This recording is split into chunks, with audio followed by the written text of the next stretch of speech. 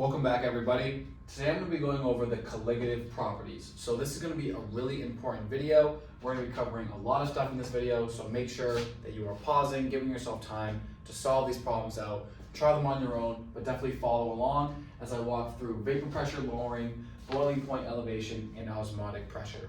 So colligative properties are going to investigate one main concept. So if we have a beaker with a solvent in it, right, that's going to be the liquid in our beaker.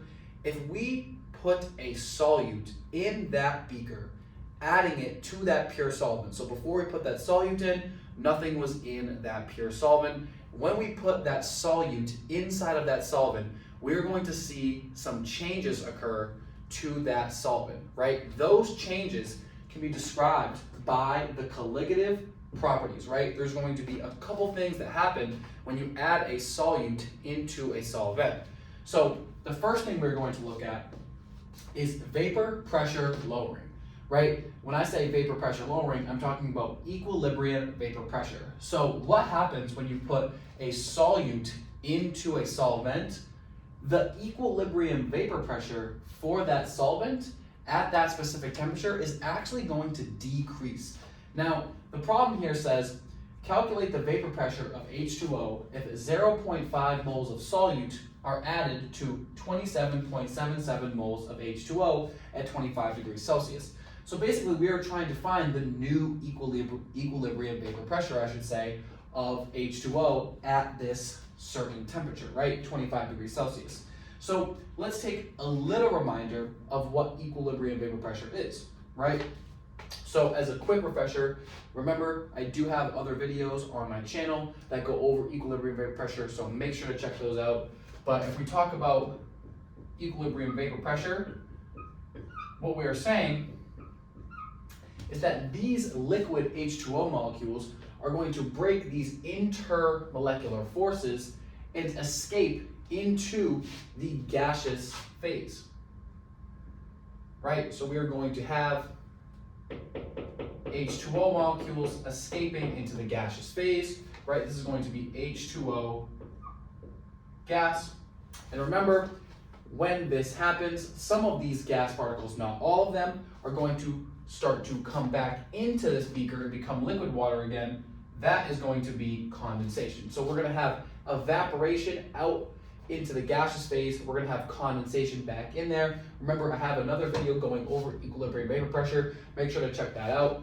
So looking back at our beaker, we have evaporation, we have condensation.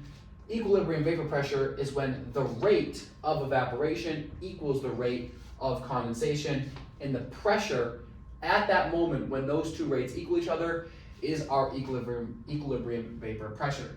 Now, at 25 degrees Celsius, normally in a pure solvent, meaning just H2O is in this beaker, the equilibrium vapor pressure of water is going to be 23.76 torr. Torr is a unit of pressure, and 23.76 torr is just a value that you have to find on Google. This is not something that you would have to memorize or know yourself. Every liquid's going to have its own equilibrium vapor pressure. This is a value from a table, so don't worry about memorizing that. 23.76 torr is going to be this pressure value when the rate of evaporation equals the rate of condensation at 25 degrees Celsius. We know that as we increase temperature, this value will go up, but in this problem, we're keeping the temperature the same. We're actually adding solute to our beaker. So what we are doing is adding solute into our solvent. So picture now, we have some solute sitting in that beaker. Now, what is that going to do to the equilibrium vapor pressure at this temperature? Well, what's going to happen is it's going to be more difficult for these liquid H2O molecules to escape into the gaseous phase if these solute particles are in the way, right? So picture you're an H2O molecule and you're trying to get out, but these solutes, right, these solute particles are in your way. You can't get out, right? So some of them are able to escape, but a fewer amount of H2O molecules are able to escape and become a gas. So that is going to be our first colligative property. Remember, colligative properties are describing what happens when you add a solute into this pure solvent, right? We're investigating the changes that are going to happen. The first thing is that the vapor pressure, or the equilibrium vapor pressure, is going to go down, right? And how are we going to solve for this new equilibrium vapor pressure now that we've added solute? So what we're going to do is we're going to use an equation called Raoult's law to solve for our new vapor pressure. So Raoult's law says that the change in pressure, right?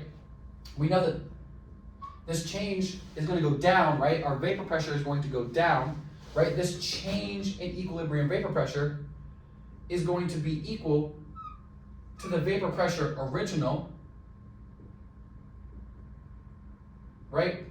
Multiplied by the mole fraction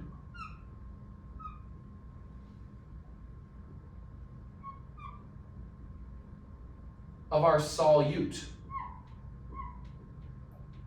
So I did make a video on mole fractions if you want to check that out. So remember that mole fractions are going to be really helpful when solving for colligative properties, right? So again, Raoult's law says that if we want to find the new vapor pressure, now that we've added a solute, we're going to say that this change in vapor pressure, this vapor pressure lowering, as it's called, is going to be equal to the vapor pressure original times the mole fraction of our solute.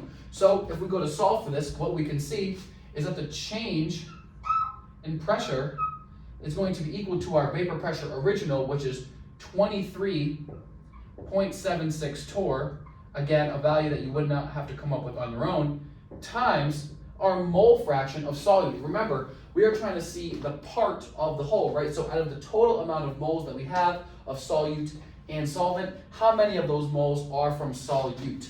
So what we're going to do is multiply by our 0.50 moles of solute over our total moles, which is going to be 0.50 plus 27.77, right? And so, as we can see, we've used Raoult's law to successfully calculate the vapor pressure lowering, right? And as we can see, we plug this all in, we should get 0.420. So this is going to be the change in our vapor pressure. Remember, our vapor pressure is going down, right? So this is going to be 0.420 torr. So this is how much we are going down by, right? So if we want to actually find the new vapor pressure, all we would have to do is subtract our original amount from this amount to get our new vapor pressure. So if we did do 23.76, which is our original, subtracted by what we just solved for, which is the change or the lowering, right, we would get 23.34 torr. So that would be our new vapor pressure. And you know you correctly solved this problem if your new answer is lower than your original answer. That means that you correctly solved and that we see that this solute right here is going to make it harder for these H2O to escape, making the vapor pressure go down, right? So Raoult's law is going to be really important to solve for the vapor pressure lowering. Now, let's move on to our second colligative property, which is going to be boiling point elevation. So what is boiling point elevation? So as with the rest of our colligative properties, we're trying to see when we add a solute to a solvent, things are going to happen, right? So solvents on their own have a boiling point. However, when you add a solute to that solvent, its boiling point will actually increase. So let's check out this problem. It says the normal boiling point of H2O is 100 degrees Celsius. Calculate the new boiling point if 0.50 moles of NaCl are added to 2 kilograms of H2O. Okay, so we have the scenario, right? We have H2O as our solvent, right? Normally, the boiling point is 100 degrees Celsius. Now, we want to know this new boiling point, which is going to be higher than 100 degrees Celsius if we add this solute, right? This 0.50 moles of NaCl. So in order to solve this problem, we're going to use another equation. So this equation is going to be the change in temperature boiling, right? And we know this is going up, right? We know our change is going to be positive, right? It's going to go up when you add a solute. Is going to be equal to KB times MC. Now, what do these two things mean? So KB is easy. KB is just a constant, right? So solvents have this KB constant that you would have to Google or find from a table. If you're solving a problem, you'll be given this KB constant, right? So the KB constant for water is 0.51, right? So this is just a boiling point elevation constant. This is not something that you have to come up on your own, but it's 0.51 in this case, right? So this is just a constant, right? MC is going to be very, very important. So MC is going to be our colligative molality. Colligative molality is going to be equal to the moles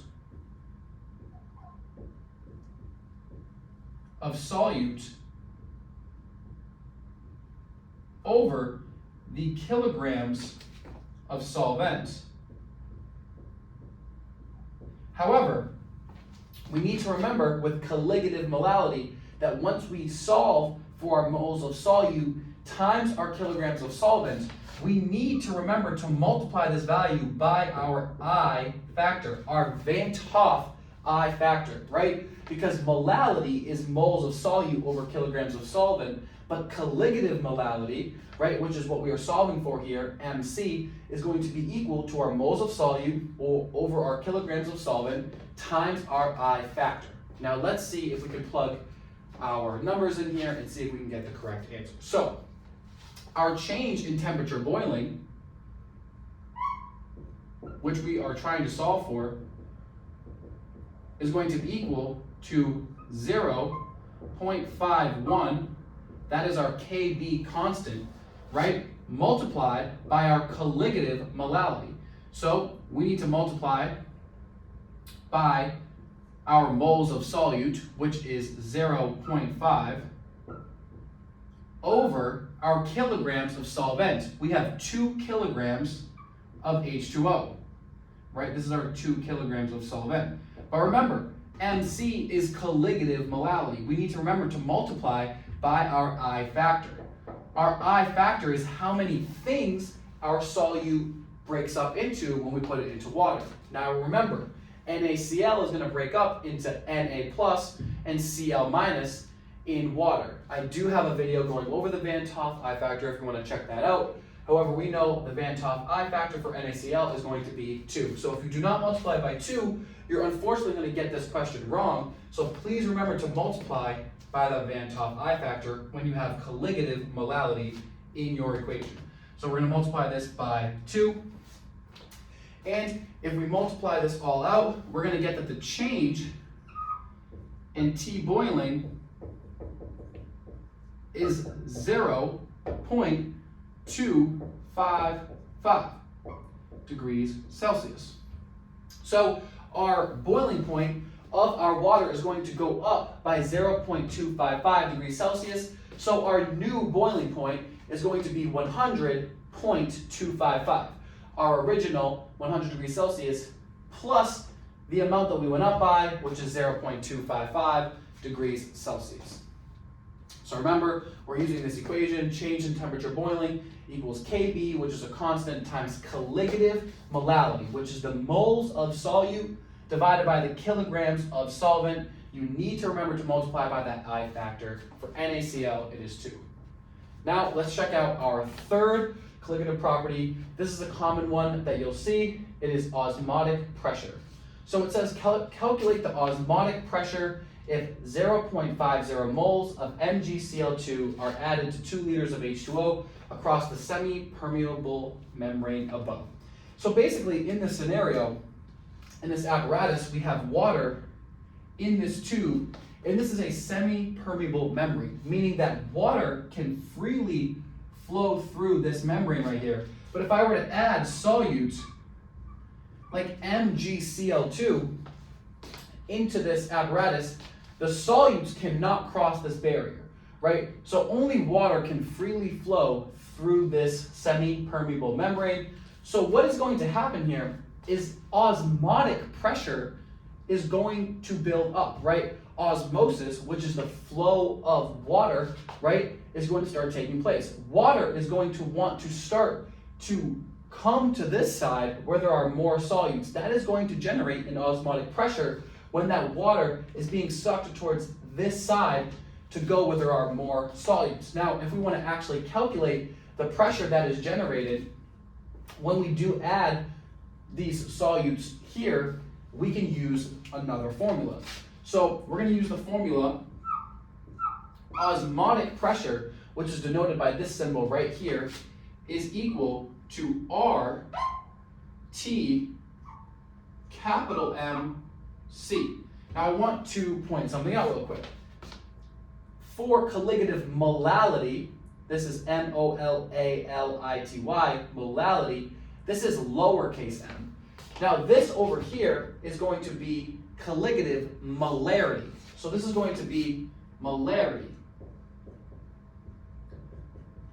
Molarity is different from molality simply by one thing, that this is moles of solute over liters of solvent. So molality is moles over kilograms of solvent. This is going to be moles of solute over liters of solvent. So remember, anytime you see this C though, we need to multiply by the I factor. This is colligative molarity. So we're going to need to remember to multiply by our I factor, right? Now, let's take a look at some of the other variables in this formula. So we have R, which is simply a constant, and when you're solving for osmotic pressure, you're probably going to be solving for it in atmospheres of pressure. So the R value for solving for liters and atmospheres, right, atmospheres of pressure, is going to be 0.08206 liters times atmosphere over mole times Kelvin. Okay, so far we know that our osmotic pressure is R, which is going to be 0.08206. That's a constant, liter times atmosphere of pressure over moles times Kelvin. Kelvin is our temperature, and we see that our temperature is going to be at 298 K, which is our third variable right here. So it's going to be R times T, which is our temperature of 298 Kelvin, times our colligative molarity, right? So RT times capital MC. So if we want to solve this, what we can do is we can say that the osmotic pressure is equal to 0.08206 liter atmospheres over mole Kelvin times our 298 Kelvin multiplied by our colligative molarity. So our colligative molarity is going to be our 0.50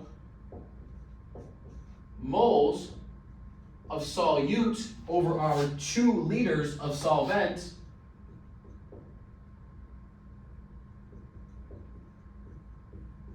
but remember, we always have to multiply by our I factor whenever we are working with this equation or this equation. Whenever we see that C, it stands for colligative molarity. We need to multiply by that I factor. The I factor for MgCl2, magnesium chloride, is going to break up into 1 magnesium and 2 chloride, so that is going to be a I factor of 3.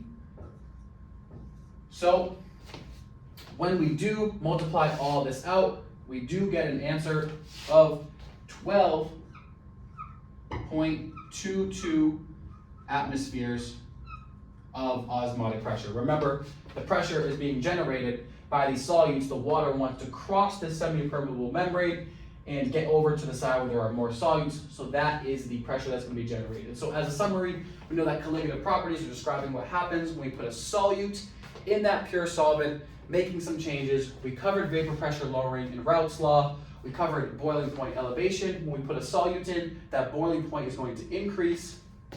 We covered osmotic pressure, the pressure generated when we put solutes in. Water wants to go to the side with more solutes. That's going to create a pressure. We covered 3 really important formulas, right?